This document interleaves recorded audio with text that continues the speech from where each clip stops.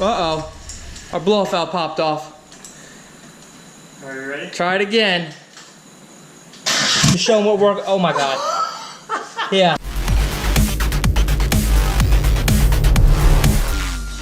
Alright, what's going on, guys? So it is day 2, and we got the longer studs and the bolts, so we're working on that now. We got Zip Tie Zach and no nickname Lewis. So we're gonna come up with one. So we don't need the 4 corners, so we're gonna pull those out, and then the rest are the proper lengths. And then the bolts here, we're gonna hope that these are the right length. What's in there is 45 millimeters. These are 50 millimeters. If it's too long, it'll stop in the back of the block, and then the manifold would just, shift. But that's that, and once we get the manifold bolted down, we're gonna bolt the wastegate, bolt the turbo on, and then mock up the piping, and we should, like I said, try to start this thing this week. So, One down. 1 down, 3 to go. Guys, so it's hour 52, and the good folks at Ace Hardware sold us the wrong stuff. It's my fault for not checking. So we went back, and they closed at 8, and we got there at like 7:56. So sucks for them for selling us the wrong stuff. Now we're gonna see if everything fits. Lewis has a question. Go ahead and ask, so people can comment.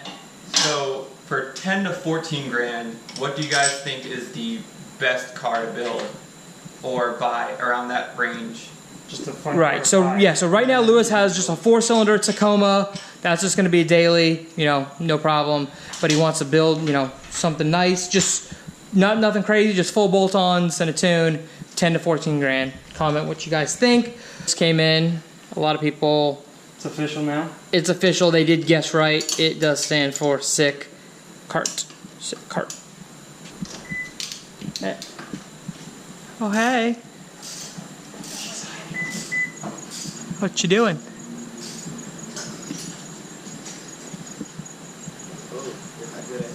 Get that good angle. What are you doing? Put my insurance card in the car. You want to help us? No. I'm going to bed. Already? Where was it? Huh? Yeah, it's almost 5 o'clock. Okay. It's on there. Okay. That's where it sits. So it's on, and that's where it sits, and now we're going to go ahead and mock up the piping. So our next order of business. Clean. Sleek. Yes, so I wanted to run it through these holes right here because it looks like it's like the perfect size. But as you can see, it kind of like really sticks up. So we may just take the hole saw and go through the side. All right, so we're back from our trip from Home Depot, and we got us a, is that funny? And we got us a 3-inch hole saw. That's gonna go on the end of the drill, and we're gonna drill a little hole right there, and then we're gonna connect it. Then we're gonna mount up the intercooler. Zip Tie Zach pretends to know what he's doing, but he just kind of like BS's his way through it because I have a lot of good ideas, but when it comes to executing the ideas, maybe not. then I told him that it wasn't his, so he didn't really care, so he just kind of does it, but he says he does care, and it made me feel warm and fuzzy inside. I wouldn't be here if I didn't care. How long are you gonna take to cut open that package, bro? We gotta get to the part where we hole saw this beast. Oh wow. Hold on now. Do we know where we're drilling? Yeah. Right there. Right there. You need a Sharpie though? No. So write it out for you. Just pull it up.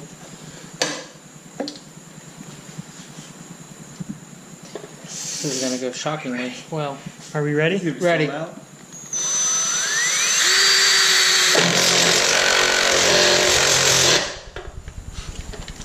Oh, that went well. We'll see. Turn up the power on that beast. Glad we captured this magic moment. Is it not strong enough, or are you not strong enough? I don't think the drill is strong enough.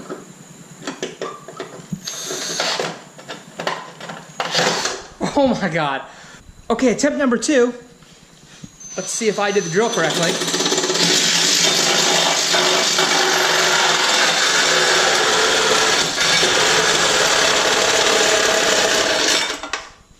Oh, that's beautiful.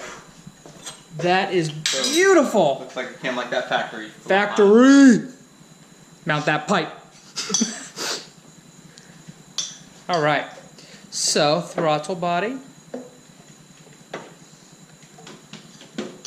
Boom. Good news is the hole's in relatively the right spot. No, that's perfect. Yeah, perfect actually. Yeah. Now all we need is a long coupler, one of which No, that's perfect. you do not have. Perfect. No. All right, let's mount the intercooler and get it bolted up. Guys, we have intercooler. Intercooler is mounted to vehicle. It looks really sick. I mean, it looks really, really awesome. I really like the gold piping with the blue. I didn't think I was because we were going to paint the piping black, but I really like it, and that looks really, really awesome. I like the way this is routed. It looks real clean. Yeah, it looks really clean. So we got the hole saw there. That's the last piece. Zach's gonna connect it, and then tomorrow we're gonna call it a night after that. Tomorrow, all we have to do is the hot side. We got the turbo clocked the other way, so we're gonna just do a hole saw here. Bro, does that not look awesome? It does look sick. All right, guys, so we're gonna call it a night. This is day 2 of turboing the Miata. We'll do the, like I said, the hot side tomorrow, and then probably day 3, do the oil feed, tap the pan. Run all our lines for the wastegate. Oh yeah, and the blow-off valve, and then start it. All right, what's up, guys? Zip Tie Zach here. Kind of taking over. Justin's not here right now at the moment. So on the side we did last night, I went ahead and bolted it all up here. Got it all nice and tight. And then I got the turbo on here, mocking up the hot side. I'm about to start drilling here for the second hole. All right, so I already got the pilot hole drilled, and hopefully this goes better than last night.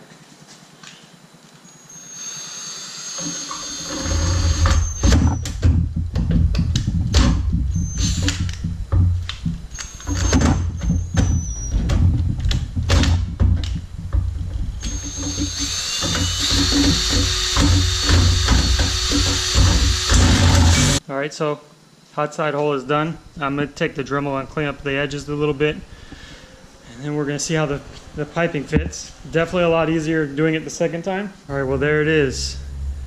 All the charge pipings. Intercooler are all on. I'm not going to bolt up the hot side yet because the turbo has to come back off anyway. But it's all mocked up. Everything's in the spot it's going to be in. The blow-off flange we might turn a little bit depending on how it fits and all that.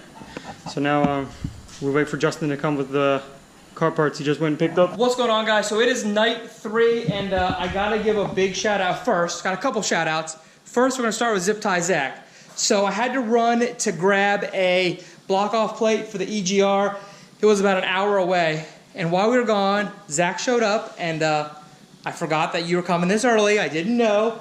But Zach came in and finished up the charge pipes, and it looks sick. It looks perfect. So now we have everything we need. We can almost start the car. We're gonna put the block-off plate on, and then this is the sandwich filter, right? Sandwich plate. Sandwich plate, yeah. Let's check this out. Yoshimoto sandwich plate. So we'll screw the oil filter off. It's right there. Screw that in. Screw that back in. Run the feed. That's no problem. No, we got to run a couple vacuum lines, attach the blow-off valve. There's a few more little things, but it's possible we could get it started tonight. Now, I also want to give a big shout out to Stefan. He hit me up on Facebook. He told me he had the block-off plate. I ordered one on Amazon. It was like 3 weeks out. Long story short, we drove about an hour away. When we got there, this man hooked it up. Not only did he refuse to take my money, which I tried to pay him, he gave us a ton of extra parts. What did he give us? He gave us brand new pedals. Already. You already put them in? Yeah. Brand new pedals, and I was just gonna order some. They look fresh, okay? We just need the one driver one. He gave us the clutch and the brake, so we need one driver pedal. He gave us a fuel pressure regulator. He hooked it up, Zach. He gave us that. What else did he give us? He gave us the block-off plate, obviously. Drain plugs. He gave us a bunch of drain plugs. He gave us a whole bag of stuff. He gave us a fresh gas cap, some AN fittings. This is the fuel pressure regulator. So big shout out to him. Really appreciate it. Back for another update. So we rotated the turbo so we could rotate the oil feed to be directly at the top and the return at the bottom. So from there, we are going to hop under there and hope that the stock oil filter threads into the sandwich plate. Anyways, you guys know I have a mosquito problem, so I sprayed on some bug spray. I think it's expired, and like my skin's on fire. And anyways, the block off plate is on, and we are now going to take the oil filter off, run the feed, and then we're gonna crank it. It's not gonna start, but. You tell me how. Other side. Tell me how. It's right the size of the thread. So you're gonna probably grab like maybe a little bit. Okay, we're gonna solve this problem. We'll be back. Listen, so we never claimed to be professionals, and you guys are probably laughing about how we think we're gonna attach the oil filter to the sandwich plate, Yeah. but Justin- it comes with adapters. Yeah, Justin. I- that sandwich plate. Actually said, does it come with adapters? And it does. So it screws in there, and then it screws to the sandwich Do you want to plate. use the gold one or do you want to use the silver one? The gold one to match the gold piping. Well, whatever one works. Hopefully the gold one. Let me see which one goes to the thread. Well, no, you gotta see which one goes to the threads on that. You like? Sí. Poco de luz, por favor. Oh, si se puede. Si se puede. Si se puede. That's the only word that Justin knows. So it's just little problem after little annoying problem. So we finally got the sandwich plate on with the gasket and the oil line that you see him popping through the top of the motor. But then the oil filter is too long. The oil filter actually hits on what's called an intake manifold support brace. Well, after checking out the Googles, it appears that you don't need that brace, and lots of people take that brace off. So we're gonna take that. Do we have oil feed? We have oil feed. Once we get So that brace out- we're getting the brace off, we're putting the oil filter on, and I think we should go live when we start it. Should we just go live? Hoping that the engine goes live. Shout out to Cletus, because he is the man. He helps me out with so much stuff. He went live while we were doing this, so we were listening to the live stream of him try to start Neighbor. Did it get started? Did it idle? Do you guys know? I heard it turned over for a second, but I didn't finish. All right, so we're gonna go live, probably just a little Instagram live while we film this and start it for the first time. But we're going to try and crank it. I don't know, man. What do you think? I don't know. The only variable is that valve off the throttle body. Oh, that's right. Okay, so it's probably not gonna crank with that. So let's try to crank with it open first, see what happens. And then we'll plug it.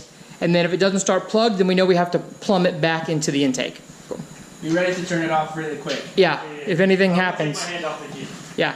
All right. Here we go. First start. Let it prime. Hold on.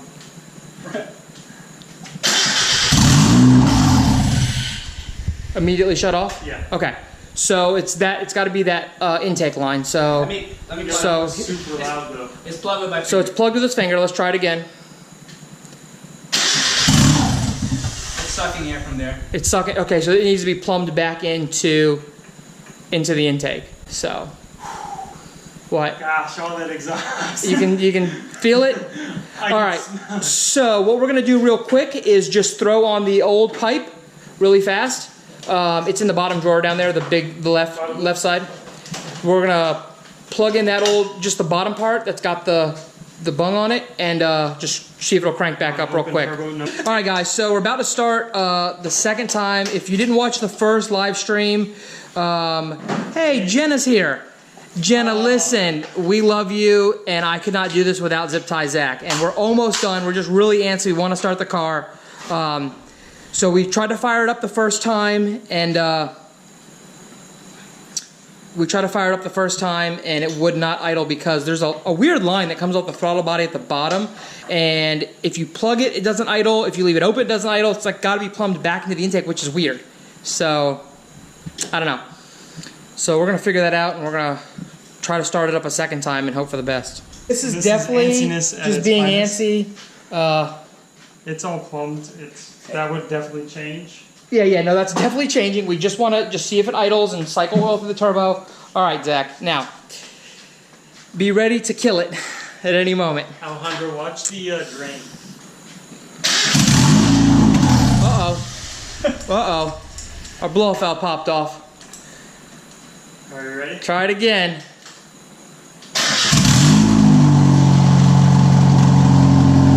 All right, just let it idle. Woo!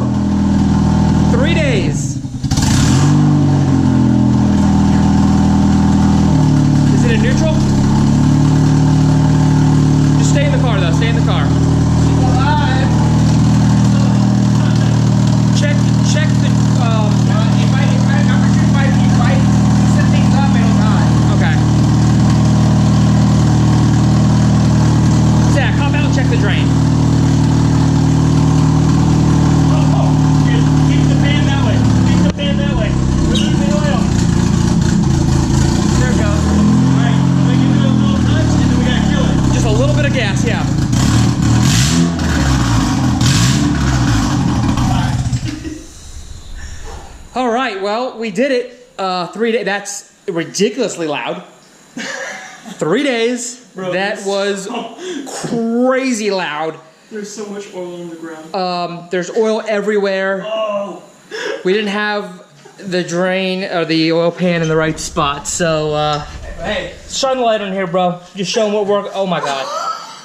Yeah, so we definitely lost some oil in the process. I don't know if you guys can see At that. least all of our plates and all the oil feeding it works. All right, so we know it idles. Bro. Are you pumped? 3 days and it idles? And listen, for not having the stuff tightened down, it idled really good. Stock ECU.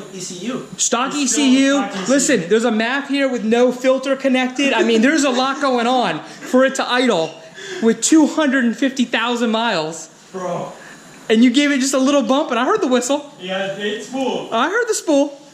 I heard the spool. All right, we're super pumped, so we're gonna just button it up and Call it a night. call it a night. Yeah, that's it. Successful I mean, night.